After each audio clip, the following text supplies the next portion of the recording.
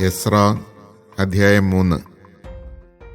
പട്ടണങ്ങളിൽ വസിച്ചിരുന്ന ഇസ്രായേൽക്കാർ 7-ാം മാസത്തിൽ ഒറ്റക്കെട്ടായി ജെറുസലമിൽ വന്നു. യോസാദാക്കിന്റെ പുത്രനായ യശുവ സഹപുരോഹിതന്മാരോടും ഷയാൽത്തിയേലിന്റെ പുത്രൻ സെറുബാബേൽ തന്റെ സഹോദരന്മാരോടും കൂടെ ദൈവപുരുഷനായ മോശയുടെ നിയമത്തിൽ എഴുതിയിരിക്കുന്നതനുസരിച്ച് ദഹനബലി അർപ്പിക്കുന്നതിന് ഇസ്രായേലിന്റെ ദൈവത്തിന്റെ ബലിപീഠം പണിതു. ദേശവാസികളെ ഭയന്ന് അവർ ബലിപീഠം പൂർവ്വസ്ഥാനത്ത് സ്ഥാപിച്ചു. അതിന്മേൽ അവർ കർത്താവിന് പ്രഭാതത്തിലും പ്രദോഷത്തിലും ദഹനബലി അർപ്പിച്ചു. അവർ കൂടാരത്തിരുന്നാൾ യഥാവിധി ആചരിച്ചു. അനുദിന ദഹനബലി ഓരോ ദിവസത്തേക്കുമുള്ള ചട്ടമനുസരിച്ച് അർപ്പിച്ചു. നിരന്തര ദഹനബലിയും അമാവാസിയിലെയും കർത്താവിൻ്റെ നിശ്ചിത തിരുനാളുകളിലെയും ദഹനബലികളും ഓരോരുത്തരുടെയും സ്വാഭിഷ്ട കാഴ്ചകളും അവർ കർത്താവിന് അർപ്പിച്ചു. 7-ാം മാസം 1-ാം ദിവസം മുതൽ അവർ കർത്താവിന് ദഹനബലി അർപ്പിക്കാൻ തുടങ്ങി. എന്നാൽ കർത്താവിൻ്റെ ആലയത്തിന് അടിസ്ഥാനം ഇട്ടിരുന്നില്ല.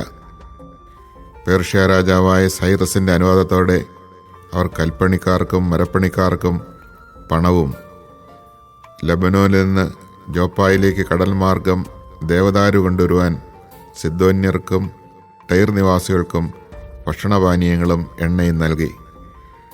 അവർ ജെറൂസലമിൽ ദേവാലയത്തിലേക്ക് വന്നതിൻ്റെ 2-ാം വർഷം 2-ാം മാസം ഷയാൽത്തിയേലിൻ്റെ മകൻ സെറുബാബേലും യോസാദാക്കിൻ്റെ മകൻ യശുവയും കൂടെ തങ്ങളുടെ മറ്റ് സഹോദരന്മാർ, പുരോഹിതന്മാർ, ലേവ്യർ, പ്രവാസത്തിൽ നിന്ന് ജെറുസലമിൽ വന്നവർ എന്നിവരോടൊപ്പം പണി ആരംഭിച്ചു. കർത്താവിൻ്റെ ആലയം നിർമ്മിക്കുന്നതിന് മേൽനോട്ടം വഹിക്കാൻ 20-ഉം അതിനുമേലും പ്രായമുള്ള ലേവ്യരെ നിയോഗിച്ചു.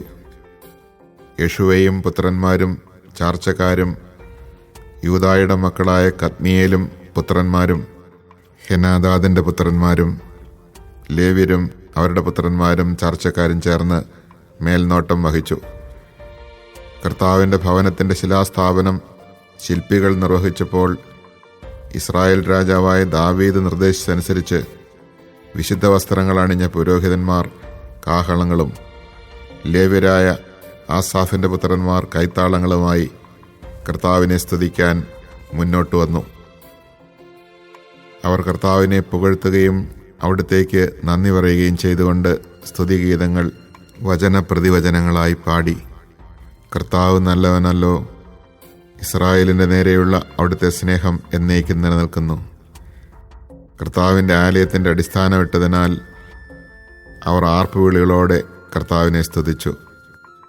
അനേകർ ആഹ്ലാദത്താൽ ആർത്തു വിളിച്ചെങ്കിലും ആദ്യത്തെ ആലയം കണ്ടിട്ടുള്ള പുരോഹിതന്മാരും ലേവ്യരും കുടുംബത്തലവന്മാരുമായ വൃദ്ധന്മാർ ആലയത്തിന് അടിസ്ഥാനമിടുന്നത് കണ്ട് ഉറക്കെ കരഞ്ഞു.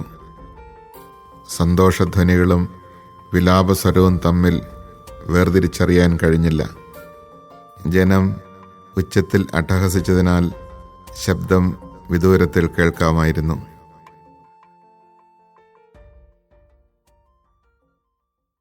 Chapter 3. Now when the 7th month came, after the Israelites had settled in their cities, the people gathered at Jerusalem as one man. Then Jeshua son of Jozadak, together with his brethren the priests, and Zerubbabel son of Shealtiel, together with his brethren, set about rebuilding the altar of the God of Israel, in order to offer on it the holocausts prescribed in the law of Moses, the man of God. Despite their fear of the peoples of the land, they replaced the altar on its foundations, and offered holocausts to the Lord on it, both morning and evening. They also kept the Feast of Booths in the manner prescribed, and they offered the daily holocausts in the proper number required for each day. Thereafter they offered the established holocaust, the sacrifices prescribed for the new moons, and all the festivals sacred to the Lord, and those which anyone might offer as a freewill gift to the Lord. From the first day of the 7th month they began to offer holocausts to the Lord, though the foundation of the temple of the Lord had not yet been laid. Then they hired stone cutters and carpenters, and sent food and drink and oil to the Sidonians and Tyrians, that they might ship cedar trees from the Lebanon to the port of Joppa, as Cyrus king of Persia had authorized. In the year after their coming to the house of God in Jerusalem, in the 2nd month, Zerubbabel son of Shealtiel and Jeshua son of Jozadak, together with the rest of their brethren, the priests and Levites, and all who had come from the captivity to Jerusalem, began by appointing the Levites 20 years of age and over to supervise the work on the house of the Lord. Jeshua and his sons and brethren, with Kadmiel and Binnui son of Henadad, and their sons and their brethren, the Levites, stood as one man to supervise those who were engaged in the work on the house of God. When the builders had laid the foundation of the Lord's temple, the vested priests with the trumpets and the Levites, sons of Asaph, were stationed there with the cymbals to praise the Lord in the manner laid down by David king of Israel. They alternated in songs of praise and thanksgiving to the Lord, for he is good, for his kindness to Israel endures forever. And all the people raised a great shout of joy, praising the Lord because the foundation of the Lord's house had been laid. Many of the priests, Levites, and family heads, the old men who had seen the former house, cried out in sorrow as they watched the foundation of the present house being laid. Many others, however, lifted up their voices in shouts of joy, and no one could distinguish the sound of the joyful shouting from the sound of those who were weeping, for the people raised a mighty clamor, which was heard afar off.